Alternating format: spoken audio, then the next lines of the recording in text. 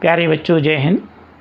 हमारा घर हमारा विद्यालय सत्र 2024-25 अंतर्गत प्रयास पुस्तिका कक्षा 6 से 8 हेतु जो आपके प्रोजेक्ट कार्य हैं सभी विषय के, ये आप अच्छे से भर लीजिए समझकर, क्योंकि यही प्रोजेक्ट कार्य आपको वार्षिक परीक्षा में दिए जाते हैं। अभी तक आपने हमारे चैनल को सब्सक्राइब नहीं किया तो कर लीजिए, जिससे सर्वप्रथम आपको वीडियो जो भी हम भेजें वो दिखाई दें। आप सभी प्रोजेक्ट देखने के लिए हमारे चैनल की प्लेलिस्ट में जा कर के और अपने सभी प्रोजेक्ट कार्य देखकर समझकर भर लीजिए। प्रोजेक्ट कार्य 8 यह अंग्रेजी विषय पर आधारित है। इसमें क्वेश्चन नंबर 1 है, here is a list of do's and don'ts, arrange them in the 2 columns given below accordingly। नीचे दिए गए करने योग्य व ना करने योग्य बातों को जो नीचे 2 कॉलम बने हैं उसमें आपको भरना है। पहला वाक्य है, brush your teeth twice a day, यानी हमें दिन में 2 बार ब्रश करना चाहिए। तो ये काय में आएगा? करने योग्य, ड्यूज में। तो हम लिख देंगे। दूसरा सेंटेंस है, बाइट स्नेल, नाखून काटना। यह अच्छी बात नहीं है, यह करने योग्य नहीं है, तो हम दूसरे वाले कॉलम में लिखेंगे। तीसरा है, टेक बाथ एवरी डे, प्रतिदिन नहाना चाहिए। तो यह है अच्छी बात है, इसलिए हम इसको करने योग्य में लिखेंगे। चौथा सेंटेंस है, wash your hands before and after meals, खाने के पहले और बाद में हमें हाथ धोना चाहिए। यह भी अच्छी बात है, तो हम इसे करने योग्य में लिखेंगे। 5वां वाक्य हमारा, keep foods and water uncovered, भोजन और पानी को हमें ढककर नहीं रखना चाहिए। यह करने योग्य नहीं है, इसलिए हम इसको करने योग्य अर्थात डोंट्स में रखेंगे। 7वां वाक्य है हमारा 6वां, स्पाइट हियर एंड देयर, इधर उधर थूको। तो यह भी करने योग्य नहीं है, तो हम इसको डोंट्स में रखेंगे। अब देखें हम 7वां sentence, throw waste paper anywhere. तो हमें जो रफ पेपर हैं वह कहीं भी हम इधर उधर फेंकें, तो यह भी हमारे ना करने योग्य में आएगा। 8वां सेंटेंस है हमारा, put your fingers in drinking water, पीने के पानी में उंगली डालें। तो यह भी ना करने योग्य में आएगा।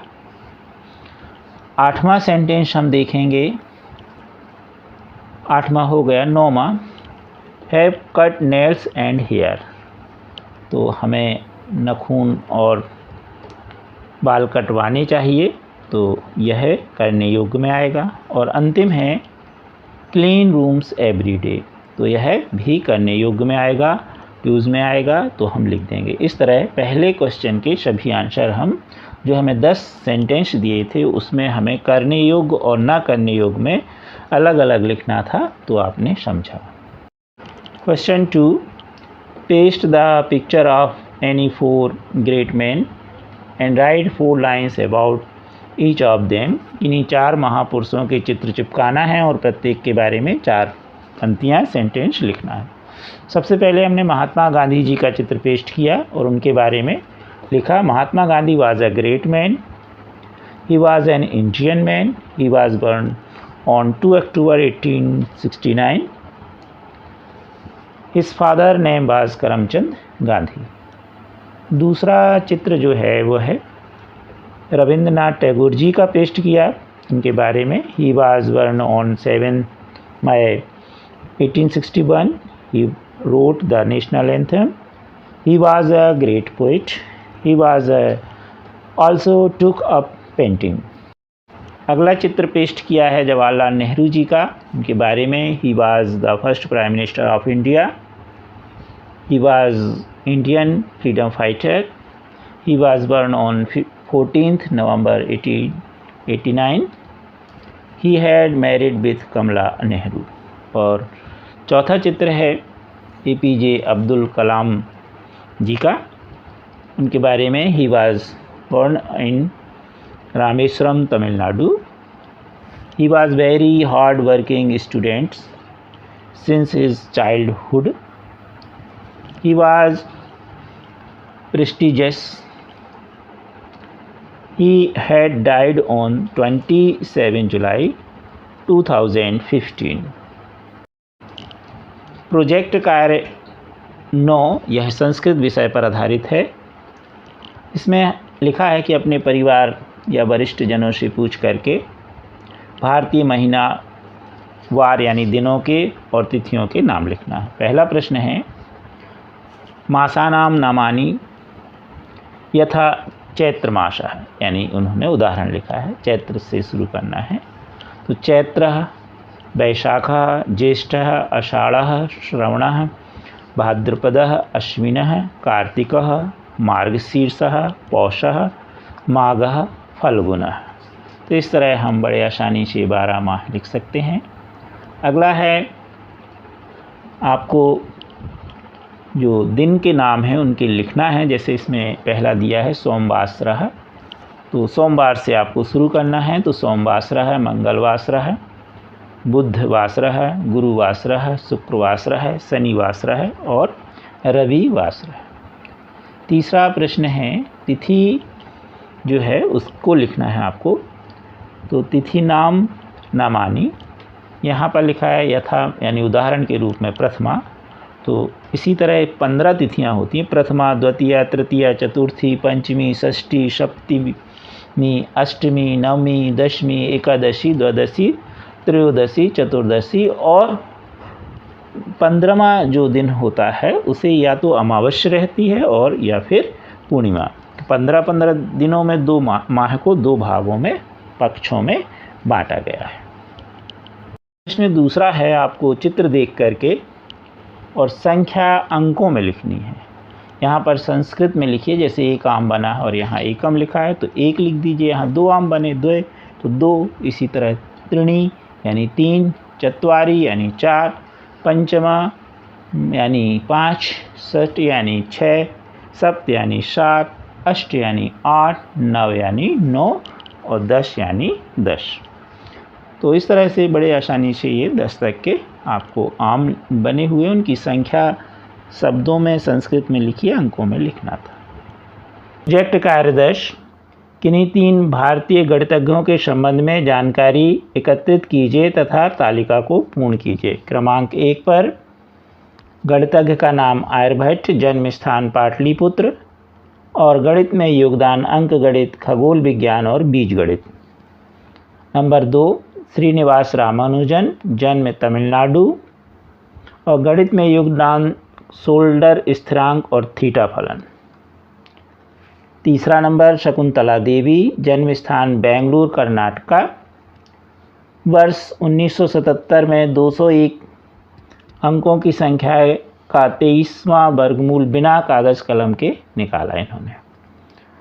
अब प्रश्न पहला है इनमें से किसका जन्म रामानुजन जी के जन्म के पहले हुआ? तो आर्यभट्ट का जन्म 476 ईसा पूर्व में हुआ, जो कि रामानुजन के जन्म के पहले था। प्रश्न दूसरा, इनमें से किसका जन्म मध्य प्रदेश में हुआ? तो इनमें से किसी का जन्म मध्य प्रदेश में नहीं हुआ। प्रश्न अगला तीसरा, यहाँ पर सुधार लीजिए, 5 की जगह 3 कर लीजिए। आपके स्कूल में जिस गणितज्ञ का जन्मदिन मनाया जाता है या जयंती मनाई जाती है उसके विषय में 5 वाक्य लिखना है। मान लीजिए हम श्रीनिवास रामानुजन की जयंती मनाते हैं तो यहाँ पर लिख देंगे। अब 5 वाक्य, इनका जन्म 22 दिसंबर 1887 में हुआ, जन्म स्थान तमिलनाडु, यह महान गणितज्ञ थे। इन्होंने शोल्डर स्थिरांक और थीटा फलन का वर्णन किया। इन्होंने कृत्रिम थीटा फलनों का भी वर्णन किया। तो इस तरह ये 5 वाक्य उनके बारे में लिखना है। प्रोजेक्ट कार्य 11, अपने माता पिता या बड़े भाई बहन की सहायता लेकर आपके आसपास पाए जाने वाले 20 जंतुओं की जानकारी सूची अनुसार एकत्रित कर लिखिए। इसमें हम कुछ जंतुओं की जानकारी लिख रहे हैं और शेष जानकारी आप लिखें, क्योंकि बड़े आसानी से आप ये जानकारी लिख सकते हैं। जैसे पहला गाय, जंतु का नाम। अब उसका आवास कहाँ रहती है, तो घर में रहती है। आपने देखा हो अपन घर में उसको पालते हैं। और भोजन उसका शाकाहारी है। अब यहाँ पर हम देखें वो गति, तैरना, रेंगना या चलना, तो वह चलती है, तो यहाँ चलना आ जाएगा। नंबर 2 सर्प। सर्प कहाँ रहता है, उसका आवास क्या है, बिल। और यह कैसा है, इसका भोजन मांसाहारी। और यह रेंगता है, तो रेंगना आ जाएगा। खरगोश, यहाँ पर थोड़ा सुधार लीजिए, खरगोश के सामने बिल कर लीजिएगा, ये थोड़ा गलत लिख गया है तो सुधार लें। तो खरगोश कहाँ रहता है, बिल में। और यह कैसा है, शाकाहारी, और ये चलता है। अब देखें कबूतर, तो कबूतर कहाँ रहता है, घोंसला में। और ये कैसा है, शाकाहारी, और ये चलता भी है और उड़ता भी है। आपने देखा होगा कबूतर को। मनुष्य, मनुष्य घर में रहता है, शाकाहारी है और चलता है। बंदर वन में रहता है, शाकाहारी है और चलता है। शेर वन में रहता है, मांसाहारी है और चलता है। मगरमच्छ पानी में रहता है, मांसाहारी है और तैरता है। तो इस तरह ये आसानी से आप 20 जानवरों की जानकारी लिख सकते हैं। तो आप लिख लेंगे। इसी पर आधारित 12 नंबर पर लिखा है, निम्न विशेषताओं के आधार पर पौधों और जंतुओं में होने वाली क्रियाओं का वर्णन, अर्थात अंतर बताना है। होने वाली क्रिया श्वसन पौधों में और जंतुओं में देखेंगे, तो यहाँ जगह कम थी तो हमने यहाँ इस तरह लिख दिया। तो ये पौधे के लिए और ये जंतु के लिए। तो पौधों के लिए श्वसन में, पौधे जो हैं श्वसन की क्रिया पत्तियों द्वारा होती है। पौधे जो है कार्बन डाइऑक्साइड लेते हैं और ऑक्सीजन छोड़ते हैं। जंतु क्या करते हैं, जंतु में श्वसन की क्रिया फेफड़ों द्वारा नाक के माध्यम से होती है और यह ऑक्सीजन लेते हैं और कार्बन डाइऑक्साइड छोड़ते हैं। तो ये श्वसन के बारे में होगा। अब उद्दीपन के बारे में देखें पौधों में, तो पेड़ पौधे भी उद्दीपन की प्रति अनुक्रिया दर्शाते हैं। जैसे कुछ पौधों में पुष्प दिन में खिलते हैं, तो कुछ पौधों में पुष्प रात्रि में खिलते हैं।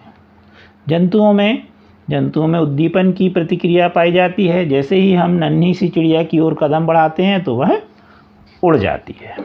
गति, जंतुओं की अपेक्षा पेड़ पौधों में जो गति है वह बहुत धीमी होती है। इनकी शाखाएं की जो गति होती है वो ऊपर की ओर, जड़ों की जो गति होती है वो ज़मीन में नीचे की ओर होती है। जबकि जंतुओं में गति पेड़ पौधों की अपेक्षा अधिक पाई जाती है। जैसे गाय, भैंस ये चलती हैं। तो इस तरह बड़े आसानी से आप प्रोजेक्ट 11 कर सकते हैं। कार्य 12 में एक खाली मानचित्र दिया हुआ है जिसमें कुछ बिंदु भरने हैं। बिंदु कुछ इस प्रकार से हैं। प्रश्न लिखा हुआ है कि दिए गए रेखा मानचित्र में निम्नलिखित को दर्शाइए। तो लिखा है मानखेत, कन्नौज, बनारस, मदुरई, बादामी, कल्याणी, तंजावुर। और बी साइड लिखा हुआ है, बा साइड, राष्ट्रकूट राज्य, चोल राज्य, चेर राज्य और चंदेल राज्य।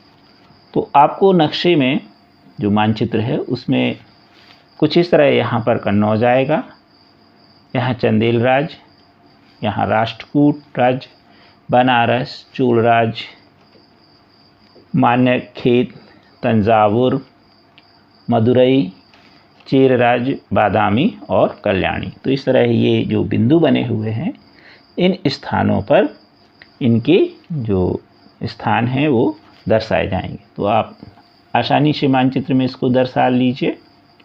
प्रोजेक्ट कार्य 13 जो है यह हिंदी से संबंधित है। इसमें एक मेले के बारे में है। मेला आप अपने माता पिता के साथ कई बार गए होंगे और आपको ये सभी प्रश्नों के उत्तर अपने मन से लिखना है, सोचकर लिखना है। और इसके बाद आप जो उत्तर लिखें तो ज़रूरी नहीं कि जो इसमें उत्तर लिखें वही हम उत्तर लिखें, इसमें से कुछ उत्तर आप बदल के भी लिख सकते हैं। चलिए देखते हैं प्रश्न हम पहला। मेला का नाम सुनते ही आपके मन में कौन कौन से चीज़ें आ जाती हैं, उनकी सूची बनाइए। तो जैसे अगर आपके पापा आपसे कहते हैं कि मेला चलिए, तो आप बड़े खुश हो जाते हैं। और क्यों खुश हो जाते हैं? क्योंकि मेले में हमें छोटे छोटे खिलौने मिलते हैं, झूला, विभिन्न प्रकार के मिठाइयों की दुकान, खेल के सामान, गुब्बारे, कपड़े, खाने की सामग्री जैसे समोसे, चाट आदि, पोस्टर, जादूगर इत्यादि चीज़ें हमें मेला में दिखाई देते हैं, जोकर भी होते हैं कई कई जगह। तो हमें वहाँ बहुत आनंद आता है मेला में जाने से, इसलिए हम मेला जाने के लिए उत्सुक होते हैं और ये सभी चीज़ें हमें मेला में दिखाई देती हैं। प्रश्न दूसरा है, आपके गांव या शहर अथवा आसपास में जो मेला भरता है उसके बारे में लिखिए। तो आपको अपने स्थान के आसपास के बारे में लिखा है। जैसे हमने यहाँ लिखा है कि जो दमोह है, दमोह के आसपास के गांव या दमोह से लगभग कुछ दूरी पर बांदकपुर में एक मेला भरता है, उसके बारे में हमने लिख दिया है कि हमारे गांव से कुछ दूरी पर बांदकपुर में हर वर्ष महाशिवरात्रि पर मेला लगता है, जिसमें बाहर से लोग कांवड़ लेकर आते हैं और अपनी मनोकामना पूर्ण करते हैं। तो इसी तरह आपके आसपास में जो मेला भरता है उसके बारे में आप लिख दीजिए। अगला प्रश्न है, आपके गांव या आसपास शहर में जो मेला लगता है अपने माता पिता या किसी अन्य से पता कीजिए और लिखिए कि किस अवसर पर वह मेला भरता है। तो यहाँ पर हमने एक गोटमार मेला के बारे में लिख दिया है कि छिंदवाड़ा के परुदना में जो यह लगता है, जो दो प्रेमियों की मृत्यु के शौक पर लगता है और जिसमें दोनों ओर से पथराव किया जाता है। पथराव का मतलब ये नहीं कि जोर से पत्थर मारे जाते हैं, एक परंपरा के अनुसार एक दूसरे को पत्थर मारते हैं और दो प्रेमियों के लिए यह एक मेले के रूप में उस स्थान को माना गया। तो इसी तरह कोई भी मेला कहीं लगता है जिस स्थान पर, उसका कोई ना कोई कारण होता है और उसके अनुसार, उस परंपरा के अनुसार वहाँ मेला का आयोजन होता है। तो आप अपने माता पिता, दादा दादी से आसपास में जो मेला भरता है आप पूछ सकते हैं कि वहाँ मेला क्यों भरता है, और उसी के बारे में आपको लिखना है। अगला प्रश्न है, आप मेला देखने किस किस के साथ जाते हैं? तो आप माता पिता, बड़े भाई बहन या रिश्तेदार, मामा, चाचा, बुआ आदि के साथ जाते हैं। और साथ में यदि कोई मान लीजिए आसपास पड़ोसी है, वो जा रहे तो वो आपको ले जाते हैं, यानी आप जान परिचित के साथ ही मेला देखने जाते हैं। अगला प्रश्न है, मेला देखने जब हम जाते हैं तो कौन कौन सी सावधानियां रखनी चाहिए? तो मेले में जब हम जाएं तो अपने माता पिता या जिसके साथ हम जाते हैं उसका साथ ना छोड़ें। मेले में अधिक भीड़ भाड़ में ना जाएं। हम मेले में अकेले भी ना घूमें और साथ ही किसी अजनबी के द्वारा यदि कोई खाने की सामान प्रसाद के रूप में या किसी अन्य रूप में दिया जाता है तो उसे ना खाएं। तो इस तरह से आसानी से आप प्रोजेक्ट 12 और 13 कर सकते हैं। आपने अच्छे से समझ लिया। आप सभी प्रोजेक्ट देखने के लिए हमारे चैनल की प्लेलिस्ट में जा कर के आप देख सकते हैं। साथ ही आपके कोर्स के भी वीडियो डले हुए हैं, तो जब आपकी कोर्स की पढ़ाई शुरू हो जाए तब भी आप यह देख सकते हैं। कृपया हमारे चैनल को शेयर, सब्सक्राइब अवश्य कीजिए। Thank you.